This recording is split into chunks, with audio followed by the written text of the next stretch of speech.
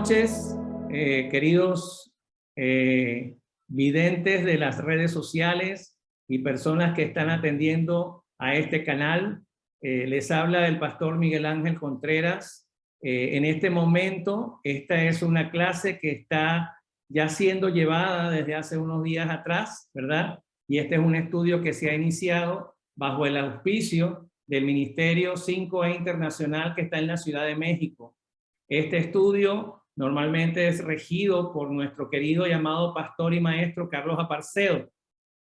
El pastor Carlos en este momento va a estar ausente por estos 2 martes, debido a que tiene otras actividades que coinciden con el horario, pero nosotros ahora me ha correspondido la responsabilidad y el privilegio de poder compartir esta porción del estudio este martes y el martes que viene. El estudio, para los que están iniciando el día de hoy, los que están incorporándose en las redes sociales este día, ha sido denominado Cuando Dios muda tu corazón, y está basado en los libros del profeta Samuel. En este caso estamos trabajando con el primer libro del profeta Samuel, trabajando con todo lo que significa, y vamos a ver por qué el mensaje y el contenido del estudio tiene que ver con el tema de este título, Cuando Dios muda tu corazón.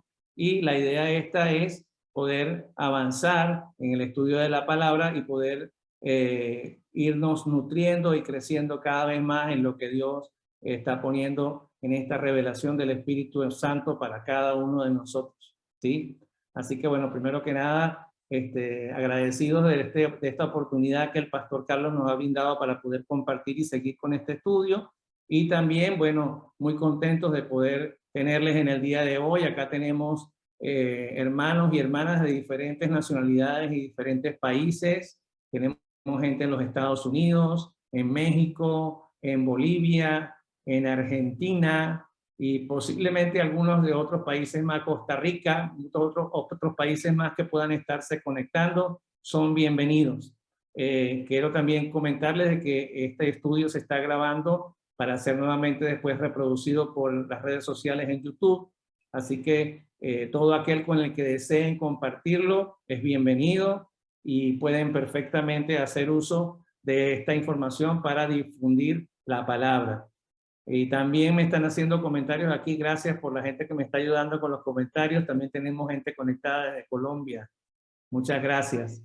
Igualmente, esperamos que este estudio sea de beneficio para todos nosotros y que podamos ir creciendo en este hermoso, hermoso, hermoso mundo que es la vida del Señor en nosotros y en las personas que le quieran conocer. Así que bueno, vamos a iniciar con una oración. Primero que nada, bueno, inclinamos nuestros ojos y le damos gracias a Dios. Señor Dios, todo Padre, entendido, poderoso, glorioso y santo, te damos gracias por permitirnos estar acá compartiendo este hermoso manjar, este hermoso plato de comida que está llena de nutrición, que está llena de vida, que está llena de cosas que nos van a ayudar a crecer y a construir y edificar más esta vida que nos has impartido a través de tu Hijo Jesucristo, por el poder de su resurrección y por la vida de lo que su muerte, resurrección y gloria permitió para cada uno de nosotros. Somos agradecidos de la vida del Ministerio 5E Internacional, del pastor Carlos Aparcedo, que es nuestro mentor y maestro de este estudio. Damos gracias a Dios por su vida, bendecimos su vida en este momento en la actividad que se encuentra con él y con su esposa, Ana y su equipo, y damos gracias por todos los hermanos que se están conectando, que se van a conectar para poder recibir de esta enseñanza en el día de hoy. Te damos gracias, Señor, te pedimos tu luz y te pedimos tu entendimiento para poder avanzar en lo que tú nos quieres dar en esta hora y en todo momento que compartimos tu palabra, en el nombre de Cristo Jesús. Amén y amén. Bueno, mis hermanos, vamos entonces a seguir con este precioso estudio que se denomina Cuando Dios muda el corazón. Cuando Dios muda tu corazón. Y vamos a ir viendo en el estudio a medida que vayamos avanzando en este estudio del libro de Samuel, de Primera de Samuel, cómo Dios hace que pueda ser mudado un corazón.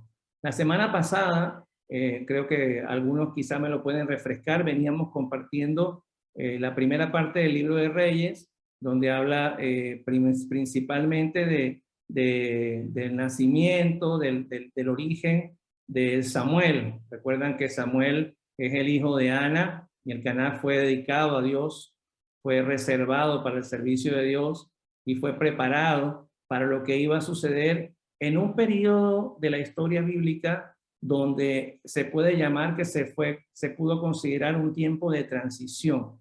¿Por qué es llamado un tiempo de transición? La semana pasada el pastor Carlos nos compartía justamente de que fue el tiempo de transición de los hombres, digamos, de estos líderes de Dios, como lo fueron en su momento Moisés, en su momento Abraham, en su momento Josué, ¿verdad?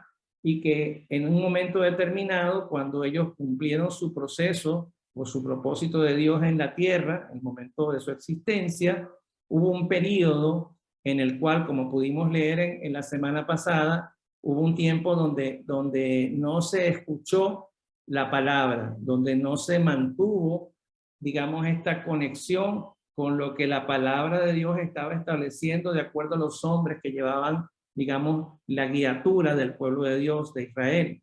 Y eso causó un espacio en el cual, debido a que hubo esa ausencia, ¿verdad? Hubo la necesidad y Dios se vio movido a nombrar personas que hicieran el trabajo de guiar al pueblo de Israel. Y para eso, de hecho, previo a este libro, sabemos que existe el libro de los jueces, ¿verdad? Y esos jueces fueron las personas que de alguna manera Dios designó para que en un momento determinado tuvieran la guiatura del pueblo de Dios, ¿ok? Que tuvieran, digamos, cosas que hacer o funciones que cumplir en ese proceso de transición mientras venía entonces el siguiente periodo. Por eso el libro de Samuel, la primera carta, perdón, el primer libro de Samuel y el segundo libro es el prólogo o es, digamos, el previo al periodo ya de los reyes, ¿sí? Y entendemos que esos reyes, ya más adelante lo vamos a ver cuando leamos el día de hoy la porción que corresponde, fueron de alguna manera no colocados directamente por el Señor, sino pedidos por el hombre. Y eso es justamente lo que vamos entonces a compartir en el día de hoy. Hoy en este día vamos a revisar un poco esa situación y para eso voy a compartir un momento la pantalla para hacer una breve reseña de lo que esta parte corresponde. Entonces, en esta parte que es la sección 2 del estudio y se denomina Israel demanda rey y nos habla básicamente en toda la porción del libro de Primera de Samuel, de los capítulos 4 al capítulo 7.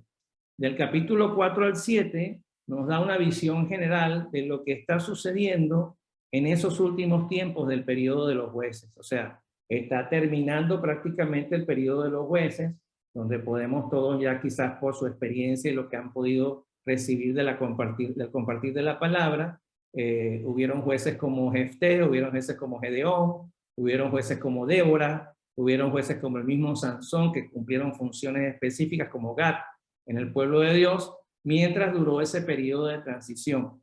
En el momento que aparece Samuel, la semana pasada nuestro hermano Roberto compartía muy digamos, apropiadamente el hecho de que de alguna manera, en algún momento, pudimos entender de que Samuel termina de cerrar un ciclo porque Samuel no solamente le corresponde cumplir funciones de juez, lo que vamos a ver ahora en el capítulo 8, sino que también cumplió funciones de sacerdote y cumplió funciones de profeta, específicamente. De hecho, muchos conocemos más a Samuel por el oficio de profeta, por todo lo que ya sabemos que se lee en el Antiguo Testamento, en esos libros, acerca de su función y cómo es llamado por Dios para cumplir funciones específicas delante del pueblo. Pero sí podemos ver, como lo veíamos la semana pasada con el pastor Carlos, de que por la misma razón de la cual él sirvió en la casa del sacerdote Elí, cuando Elí muere, de alguna manera, y recordamos también, ahora lo vamos a ver, que la descendencia de Elí también desaparece. Por tanto, Samuel empieza de alguna manera a generar algún tipo de asistencia al sacerdocio que tenía Elí hasta que comienza a ejercer su función profética y después vamos a ver más adelante cómo también Samuel ejerce una función de juez. De hecho, muchos estiman de que puede haber sido considerado como el último juez, ¿sí? A pesar de que no estaba, digamos, literalmente considerado como tal, pero sí ejerció en algún momento esa función, ese ministerio para el pueblo de Israel. Entonces, como mencionamos aquí, en lo que estamos viendo, en estos capítulos de 4 al 7, hay una visión general de lo que sucede en estos últimos tiempos del periodo de los jueces, ¿verdad?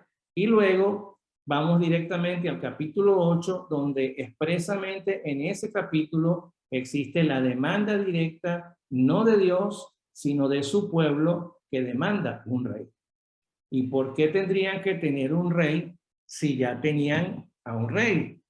Entonces esta es una pregunta bien interesante que vamos a tocar ahora cuando nos corresponda compartir la porción del capítulo 8.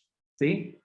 Entonces, bueno, hasta ahora eso es lo que tenemos acá y bueno, esperemos que Dios nos permita ir avanzando en este proceso. Vamos entonces ahora a compartir la porción del capítulo 4 del libro de Primera de Samuel, ¿sí?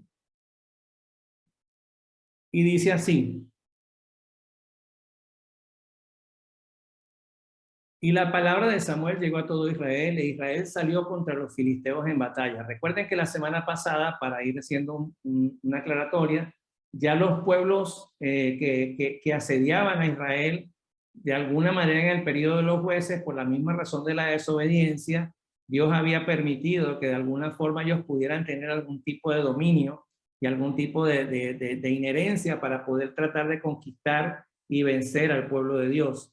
Entonces, de alguna manera aquí nos habla de eso, nos habla justamente de esa situación y dice que acamparon cerca de Benecer y los filisteos acamparon en Afec. Y los filisteos se pusieron en orden de batalla contra Israel y cuando se extendió la batalla, Israel fue derrotado delante de los filisteos y mataron en el campo de batalla unos 4,000 hombres. Cuando llegó el pueblo al campamento, los ancianos de Israel dijeron: ¿por qué nos ha derrotado hoy Jehová delante de los filisteos? De Silo tomemos para nosotros el arca del pacto de Jehová, para que viniendo en medio de nosotros nos salve de nuestros enemigos. Del pueblo, pues, envió hombres a Silo y trajeron de allá el arca del pacto de Jehová de los ejércitos, que está entronizado entre los querubines. Y los dos hijos de Eli, Ofni y Fines, que habíamos hablado de ellos en la clase anterior, estaban allí con el arca del pacto de Dios. Cuando el arca del pacto de Jehová entró al campamento, todo Israel prorrumpió en gran aclamación que retumbó la tierra. Y cuando los filisteos oyeron el ruido de la aclamación y dijeron: ¿qué significa el ruido de esta gran aclamación en el campo de los hebreos? Entonces supieron que el arca de Jehová había entrado al campamento. Y los filisteos tuvieron miedo porque decían: ha entrado Dios en su campamento, y dijeron: ay de nosotros, pues semejante cosa nos ha sucedido antes. Ay de nosotros, ¿quién nos librará de manos de estos dioses poderosos? Estos son los dioses que hirieron a los egipcios con toda clase de plagas en el desierto. Esforzaos y sé hombres, oh filisteos, no sea que lleguéis a ser siervos de los hebreos, como ellos eran siervos de vosotros. Sed hombres y pelead.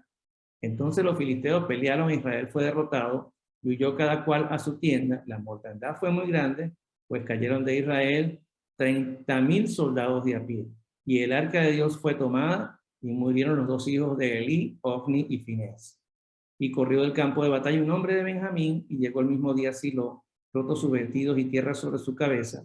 Y cuando llegó, he aquí que el sacerdote Elí estaba sentado en su silla vigilando junto al camino, pues su corazón temblaba a causa del arca de Dios. Cuando el hombre llegó a contarlo a la ciudad, toda la ciudad gritó. Y cuando Elí oyó el estruendo del grito, dijo: ¿qué significa este estruendo de alboroto? Y el hombre fue a prisa y le dio las nuevas a Elí. Y tenía Elí 98 años, y sus ojos estaban inmóviles y no podía ver. Y el hombre le dijo a Elí: yo soy el que ha venido del campo de batalla y he oído hoy del campo de batalla. Y Elí dijo: ¿qué aconteció, hijo mío? El que había traído las nuevas respondió: Israel huyó ante los filisteos y hubo gran mortandad entre el pueblo, e incluso tus dos hijos, Ofni y Finés, están muertos, y el arca de Dios ha sido tomada. Cuando él hizo mención del arca de Dios, Elí cayó hacia atrás de su silla junto a la puerta y se quebró la nuca y murió, pues era hombre viejo y pesado, y había juzgado a Israel 40 años. Y su nuera, la mujer de Finés, estaba encinta, próxima a dar a luz, y cuando oyó la noticia de que el arca de Dios había sido tomada y que su suegro y su marido habían muerto, se inclinó y dio a luz porque le sobrevinieron los dolores. Y al tiempo que moría, las que estaban junto a ella decían: no tengas temor porque has dado a luz un hijo. Mas ella no respondió ni prestó atención. Y llamó al niño Icabod, que significa: se ha apartado de Israel la gloria por haber sido tomada del arca de Dios por causa de su suegro y su marido. Y dijo: se ha apartado de Israel la gloria porque ha sido tomada el arca de Dios. Fíjense bien qué interesante lo que estamos viendo acá. Y vamos un poco a compartir para tener una idea. Veamos un poco la escena. Miren lo que pasa. Israel enfrenta a sus enemigos, ¿verdad? Es derrotado. Y después ocurre algo interesante. Ellos entienden la derrota y toman una decisión. Presentan a la batalla el arca de Dios. ¿Sí? ¿Y qué ocurre en ese momento? Fíjense bien que en ese momento, dentro de todo, Dios había permitido que de alguna manera sucedieran las cosas por la desobediencia de su pueblo. Pero fíjense bien lo que ocurre cuando entonces aparece el arca.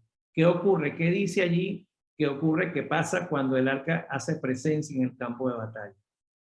¿Quiénes son los que cambian entonces el sentido sin entender quién es el verdadero Dios? Dicen: wow, ahí está ese símbolo de que el Dios de ellos está entrando en el campo de batalla. Fíjense bien qué tremendo. No estaba establecido, los paganos no creían, los paganos no entendían ese Dios, pero se recuerdan en ese momento: ese es el mismo Dios que hizo que al pueblo más poderoso del mundo, que Egipto, tuviera las plagas, ¿sí? Entonces miren como de alguna manera, a pesar de la ignorancia, los pueblos que no conocen a Dios le reconocen y le temen. Mire qué importante esto. ¿No les parece que esto es un término similar en el tiempo que estamos viviendo? Y abro la pregunta. ¿No les parece que de alguna manera, a pesar de que la gente que no conoce a Dios, cuando ve su presencia, de alguna manera siente temor? Si alguien quiere hacer algún comentario, lo pueden escribir en el chat. Si no, Perdón, pastor, sí me gustaría comentar algo perfecto, te escucho, sobre eso que usted está diciendo. te escucho, hermano. Bueno, es más que un testimonio. Mi congregación hace evangelismos, ¿cierto? Okay. Y una vez llegamos a una cancha de fútbol y había cierto grupo de jóvenes que estaban allí, pues estaban fumando. Y cuando llegó la congregación como tal, los hermanos, y ellos preguntaron qué van a hacer, y nosotros le contestamos: pues vamos a hacer un servicio.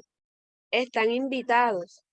Mire que cuando llegó el pastor que iba a impartir la palabra ese día, ellos dejaron de fumar y inmediatamente se acercaron a escuchar la palabra. Y ellos decían: con Dios no, nadie se mete. Mire que a pesar de ellos estar haciendo algo indebido, pues tuvieron temor de seguir fumando delante de los que estaban ahí, delante de los hermanos. Apagaron el cigarrillo y escucharon la palabra. Es más, unos cuantos de ellos, cuando se invitó a hacer la oración de fe, bajaron a la cancha donde estábamos haciendo el servicio. Entonces, fíjese lo que usted estaba diciendo ahorita: a pesar de no conocer de Dios, tienen temor de Él. Es Ah, muy cierto eso que usted dice. muchas gracias, hermana. La verdad que es importante saber que nosotros debemos estar absolutamente convencidos que somos el pueblo de Dios y que como pueblo de Dios tenemos el respaldo más grande, que es el Señor. Tenemos el respaldo más grande, que es Jehová de los ejércitos. Tenemos el respaldo más grande, tenemos el respaldo del que pelea la batalla por nosotros.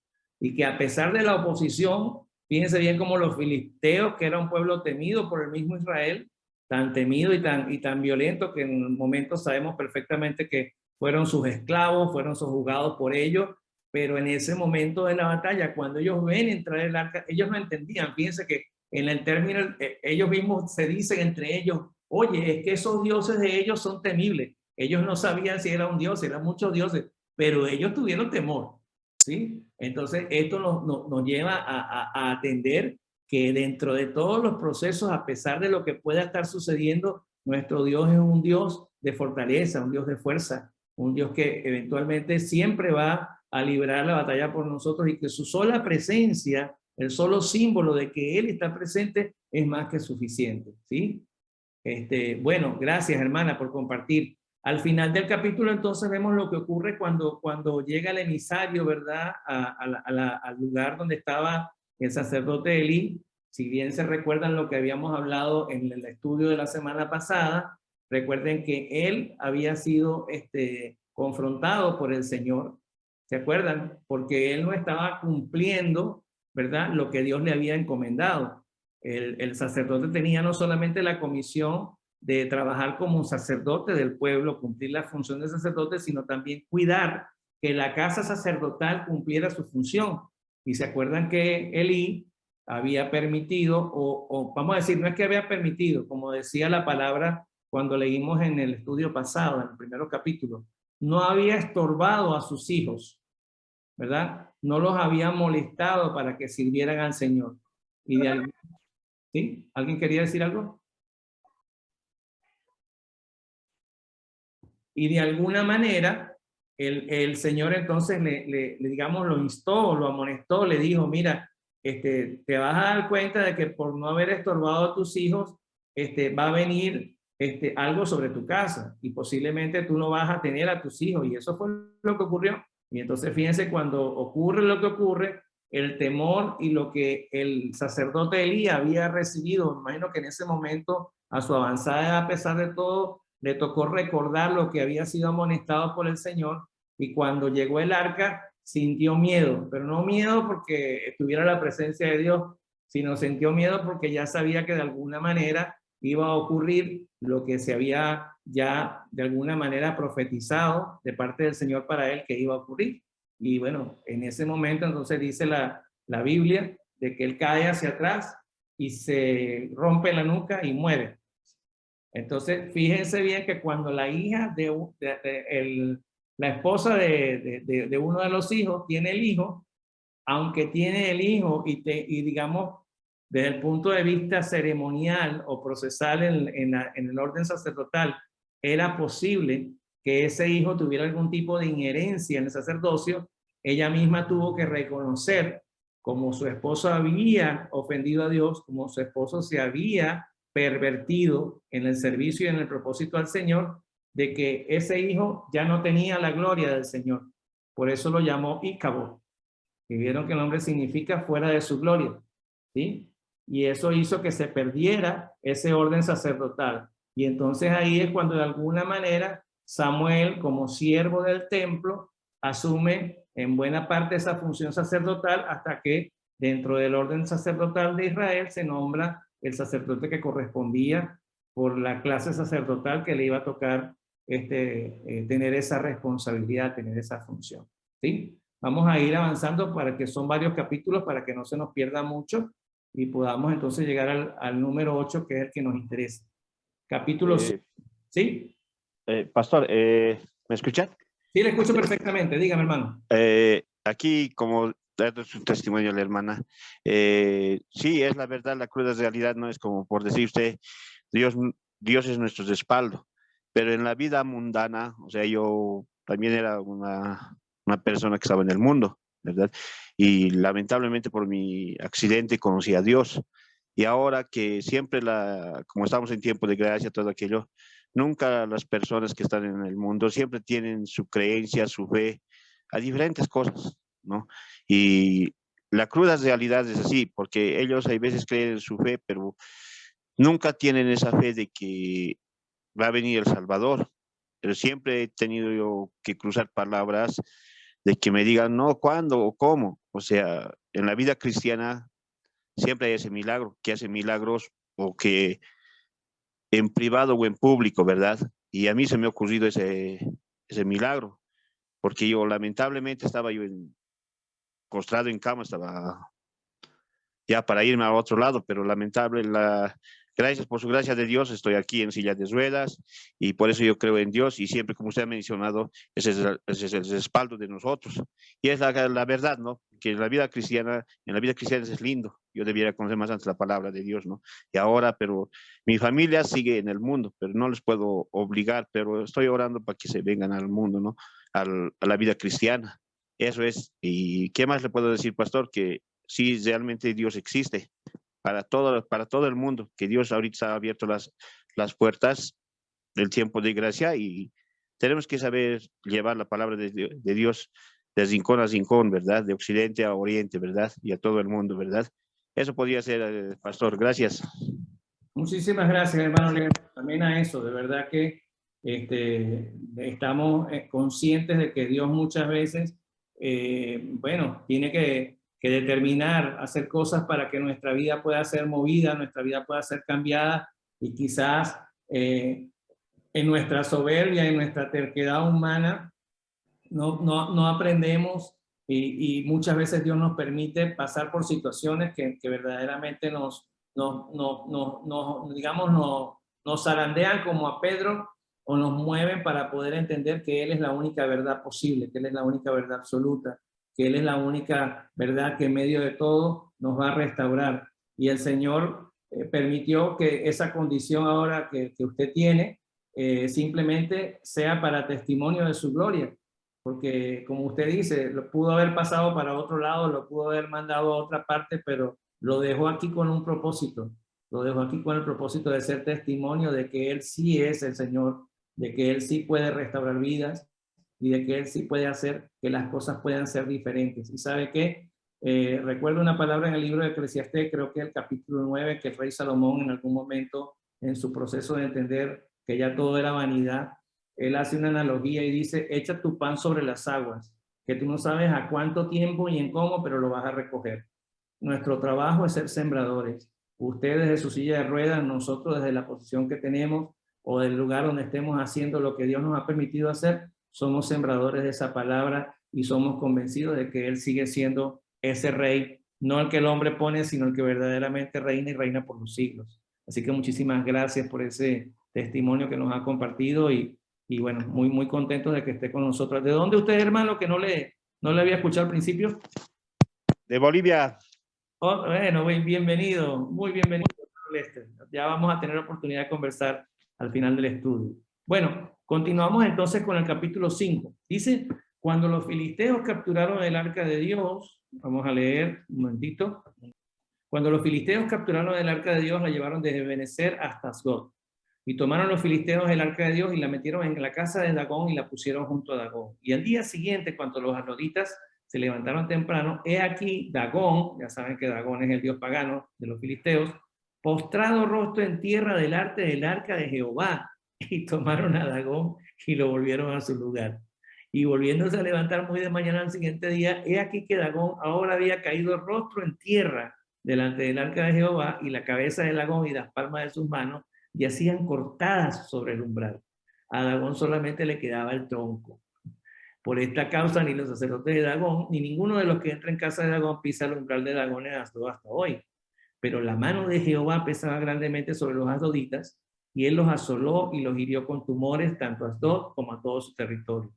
Y viendo esto, los de Asdod dijeron, el arca del Dios de Israel no puede quedarse con nosotros, porque su mano es dura sobre nosotros y sobre nuestro Dios Dagón. Por tanto, mandaron reunirse a todos los señores de los filisteos y dijeron, ¿y qué haremos ahora con el arca del Dios de Israel?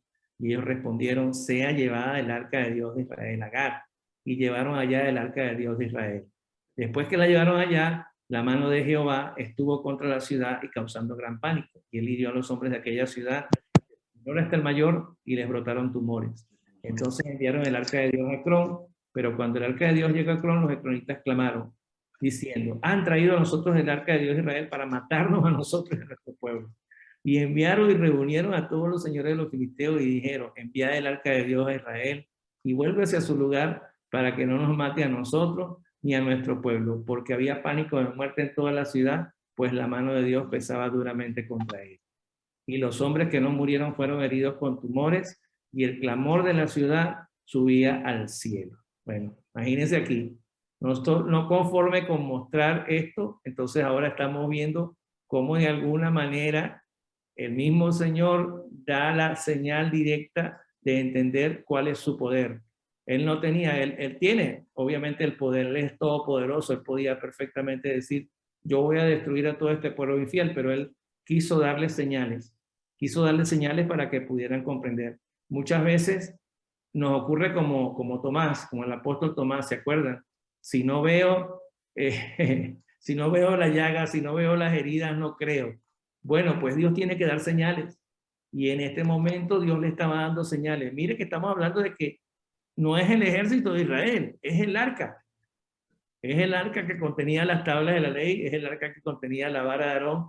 Es simplemente el símbolo de la presencia de Dios. Miren qué tremendo es esto, como de alguna manera se manifestaba el poder de Dios y se manifestaba el poder de Dios a través de señales específicas. Él perfectamente podía haber dicho, bueno, cuando esté el arca se destruyan todos los ídolos paganos. No, primero los postró, luego les cortó las manos y la cabeza. Y luego dijo, bueno, ahora sí, si ustedes no quieren creer, todo lo que va a pasar aquí va a ser justicia de Dios. Ojo, justicia, no castigo. Porque Dios hace justicia. Dios no castiga a nadie. Dios hace justicia con los que de alguna manera no son atentos y no son obedientes a su palabra de vida. Y por eso es muy importante que esto también pueda ser manifestado. Y quizás hablamos con las personas, como dice el hermano Lester, y quizás no nos escuchen, pero nuestro trabajo es sembrar esa vida que hemos recibido. Nuestro trabajo es sembrar y decirle que este Dios de misericordia, este Dios de amor, también es un Dios de justicia. Que juzga sobre buenos y sobre malos, como dice la palabra. Y lo hace claramente para que podamos entender verdaderamente cuál es su voluntad y cuál es su propósito para todos nosotros, ¿sí? Seguimos con el capítulo 6 para ir avanzando y luego nos vamos a extender un poco más porque me interesa que entremos más en el capítulo 8 para hacer las preguntas del estudio de hoy. Dice el capítulo 6, vamos a compartir nuevamente. Dice, estuvo el arca de Jehová en el país de los filisteos 7 meses. Entonces los filisteos llamaron a los sacerdotes y a los adivinos y dijeron, ¿qué haremos con el arca de Jehová? Fíjense bien, yo estaba preocupado realmente por lo que iba a pasar. Hacednos saber la manera que la podemos enviar a su lugar. Ellos dijeron, si envías el arca de Dios de Israel, no la envíes vacía, sino cuidaos de devolverle a él una ofrenda por las transgresiones. Entonces seréis sanados y conoceréis por qué no se apartó de vosotros su mano. Mira qué tremendo dentro de todo. Le está haciendo entender al pueblo que Dios sigue siendo un Dios de misericordia. Y ellos dijeron, ¿qué es la ofrenda por las transgresiones que hemos de devolverle? Y ellos respondieron, 5 tumores de oro y 5 ratones de oro, conforme al número de señores de los filisteos, porque una misma plaga vino sobre todos vosotros y sobre todos vuestros señores. Por tanto, haréis imágenes de vuestros tumores, imágenes de vuestros ratones que asolan al país, y daréis gloria al Dios de Israel. Tal vez Él alivie su mano de sobre vosotros, de sobre vuestros dioses y de sobre vuestra tierra. ¿Por qué entonces endurecéis vuestro corazón como los egipcios y Faraón endurecieron su corazón? Cuando Él los trató severamente, no dejaron ir al pueblo y se fueron ellos. Y preparad una carreta nueva y 2 vacas que críen, a las cuales no haya sido puesto yugo. Uncid las vacas a la carreta y llevad sus becerros a casa lejos de ella. Tomad el arca de Jehová y ponedla sobre la carreta y poned en una caja al lado de ella los objetos de oro que habéis de devolver en ofrenda por las transgresiones y enviadla para que se vaya. Entonces observad, si sube hacia sus propios límites en Bet-Semes, Él nos ha hecho este mal tan grande, y si no, sabremos que no era su mano la que nos hirió, sino que esto aconteció por accidente. Y aquellos hombres lo hicieron así, tomaron 2 vacas que criaban, las uncieron a la carreta y encerraron en casa los becerros, y pusieron el arca de Jehová sobre la carreta con la caja, los ratones de oro, las imágenes de sus tumores. Y las vacas se encaminaron por el camino hacia Bet-Semes. Fueron por un solo camino bramando mientras iban sin apartarse ni a la derecha ni a la izquierda, y los señores de los filisteos fueron tras ellas hasta el límite de Bet-Semes. Los de Bet-Semes segaban el trigo en el valle y alzando sus ojos vieron el arca y se regocijaron cuando la vieron. Y llegó el carro al campo de Josué el Bet-Semita y paró allí donde había una gran piedra. Y ellos cortaron la madera del carro y ofrecieron las vacas en holocausto a Jehová. Entonces los levitas bajaron el arca de Jehová y la caja que con ella estaba, en la cual estaban los objetos de oro, y los pusieron sobre aquella gran piedra. Y los hombres de Bet-Semes ofrecieron holocausto y ofrecieron sacrificios aquel día a Jehová. Cuando vieron esto, los 5 señores de los filisteos volvieron a Ecrón el mismo día. Estos son los tumores de oro que los filisteos devolvieron a Jehová por ofrenda por las transgresiones, por Asdod 1, por Gaza 1, por Ascalón 1, por Gat 1 y por Ecrón 1. Y los ratones de oro, conforme al número de todas las ciudades de todos los filisteos pertenecientes a los 5 señores, así como las ciudades fortificadas como las aldeas campestres, que se extendían hacia la gran piedra sobre la cual descansó el arca de Jehová, que permanece allí hasta hoy en el campo de Josué el Bet-Semita. Entonces hirió a los hombres de Bet-Semes, por tanto habían mirado el arca de Jehová, e hirió a 70 hombres entre el pueblo, y el pueblo hizo duelo, porque Jehová había herido al pueblo con gran mortandad. Y dijeron los de Bet-Semes, ¿quién podrá estar delante de Jehová, el Dios santo? ¿Y quién subirá a él al alejarse de nosotros? Entonces enviaron mensajeros a los habitantes de Kiriat Jearim, diciendo, los filisteos han devuelto el arca de Jehová, descended pues y llevadla a vosotros. Miren bien, en estos 3 capítulos solamente hemos hablado del arca del Señor. Qué importante es poder comprender que Dios es un Dios de justicia, es un Dios también de juicio, pero también es un Dios de misericordia. Porque a pesar de todo el proceso, de todo del mal, de todo lo que de alguna manera habían recibido los filisteos, Él aún les dio la oportunidad de que pudieran ser de alguna manera compensados o sanados por los pecados que estaban cometiendo, por lo que habían hecho contra el pueblo de Dios. Y mira que les dio la oportunidad y se les dijo de qué manera ellos podían entregar ese sacrificio para que de alguna forma comprendieran primero que dentro de todo lo que mal que habían hecho, aún podían ser perdonados y podían ser sanados. Es decir, Dios podía tener misericordia de ellos a pesar del mal, porque Dios tiene misericordia de todos nosotros a pesar del mal. Nosotros podemos haber hecho las cosas más malas del mundo y este Dios digno, tardo para la ira y eterno en misericordia, siempre tendrá misericordia de nosotros. Así como tuvo misericordia de los filisteos y les permitió ver que eso podía ser posible, pues también tiene misericordia de todos nosotros y nos muestra su poder, nos muestra su grandeza y también nos muestra su justicia. Mire todo lo que estamos sacando simplemente y nada más estamos hablando de la presencia de Dios en el arca. Pero Dios es tan grande, tan poderoso y tan misericordioso que aquí nos muestra de que todo eso que pasó hizo justicia en un solo sacrificio que fue Cristo Jesús. Y fue entregado a todos nosotros y ya no fue necesario un arca. Fíjense que recuerden que el arca, la presencia de Dios podía inclusive hacer que la gente muriera. Recuerden a Obededón. Esa ya es otra historia de los libros de la Biblia. Pero recuerden verdaderamente que eso también es importante reconocerlo para que podamos seguir avanzando en este proceso, ¿sí? Vamos a seguir entonces ahora con el material para compartir las últimas partes y para ir terminando y revisando.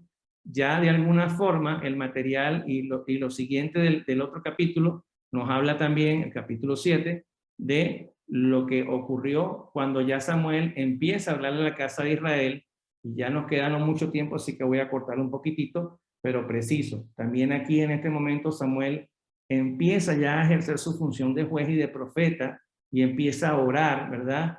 Cuando el pueblo de alguna manera se encuentra en una situación difícil, y entonces aquí dice que Samuel reunid a todo Israel en Mizpah y yo oraré por vosotros a Jehová, en el versículo 5, cuando el pueblo se vio visto en una situación de batalla precisa y muy completa, y Dios permitió que Samuel ejerciera su función como profeta, como sacerdote, oró por el pueblo, y hizo también su función de juez, porque ofreció el cordero para que la batalla fuera librada y para que la batalla saliera a favor del pueblo de Dios. Y fíjense bien que en el versículo 11 dice que los hombres de Israel salieron de Mizpah, persiguieron a los filisteos y los hirieron hasta abajo de Bet-Car.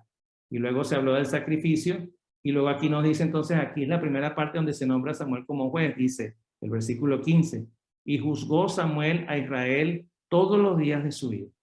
¿Ok? Entonces ya estamos viendo cómo se establece este juicio y ya se le da a Samuel la nomenclatura de juez. ¿Ok? Ahora vamos a la parte importante del estudio y creo que ya sería lo que vamos a utilizar para poder concluir un par de preguntas para dejarlas abiertas a que las podamos comentar.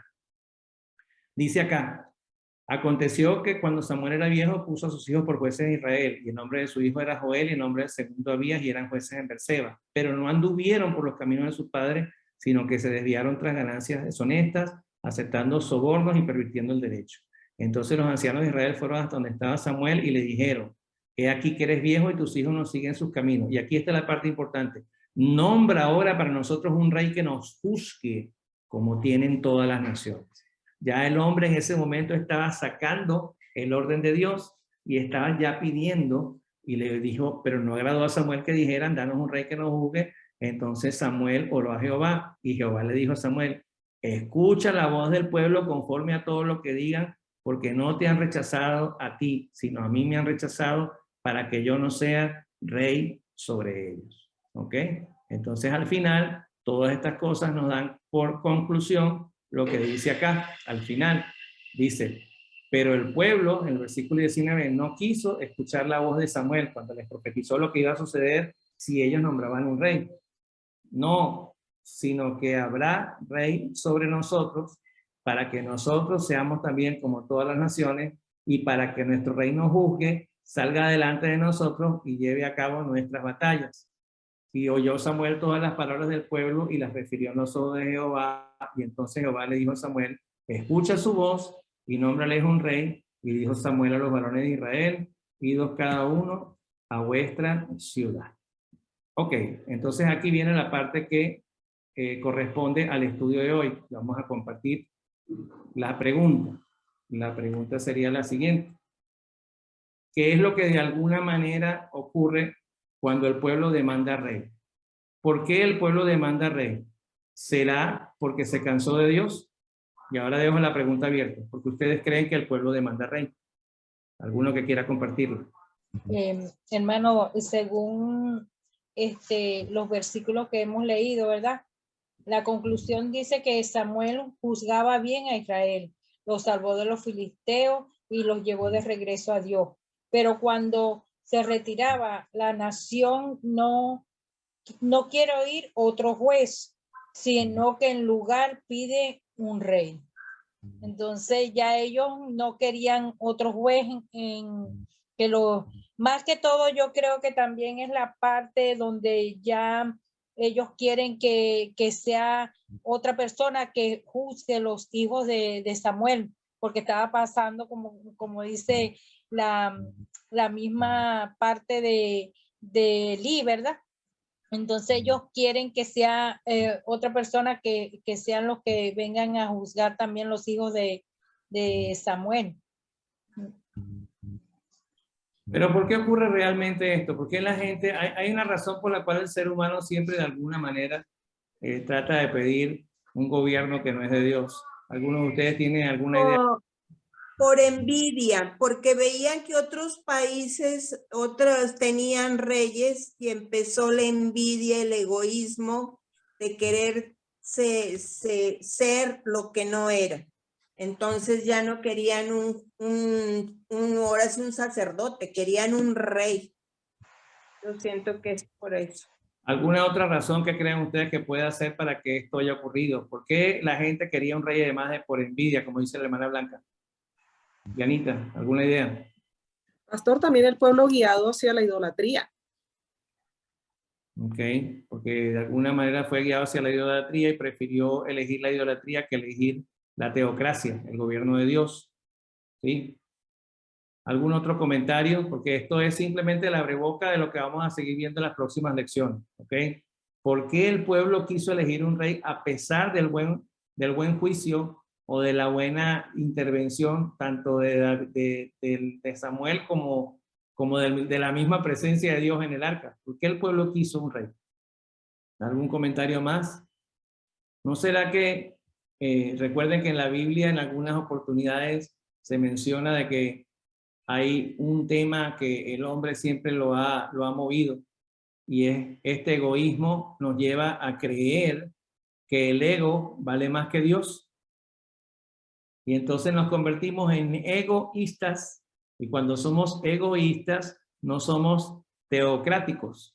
No creemos que un gobierno de Dios puede tener el control y la solución para nuestra vida, sino que montamos o ciframos nuestras esperanzas en la figura de un hombre imperfecto, humano y no posiblemente muchas veces seguidor del Dios viviente. Por esa razón, el profeta Jeremías en una de sus lecturas del libro dice, el mismo libro de Jeremías, maldito el hombre que confía en el hombre, porque cuando este hombre muere, sus ideas mueren con él. Bienaventurado el varón que confía en Jehová, porque será como ya árbol plantado, ¿sí? ¿Se entiende? Entonces, vemos plenamente que a pesar de la presencia de Dios, como decía el hermano Lester, a pesar de que Dios manifiesta su poder mediante testimonio, mediante situaciones, los hombres no quieren creer.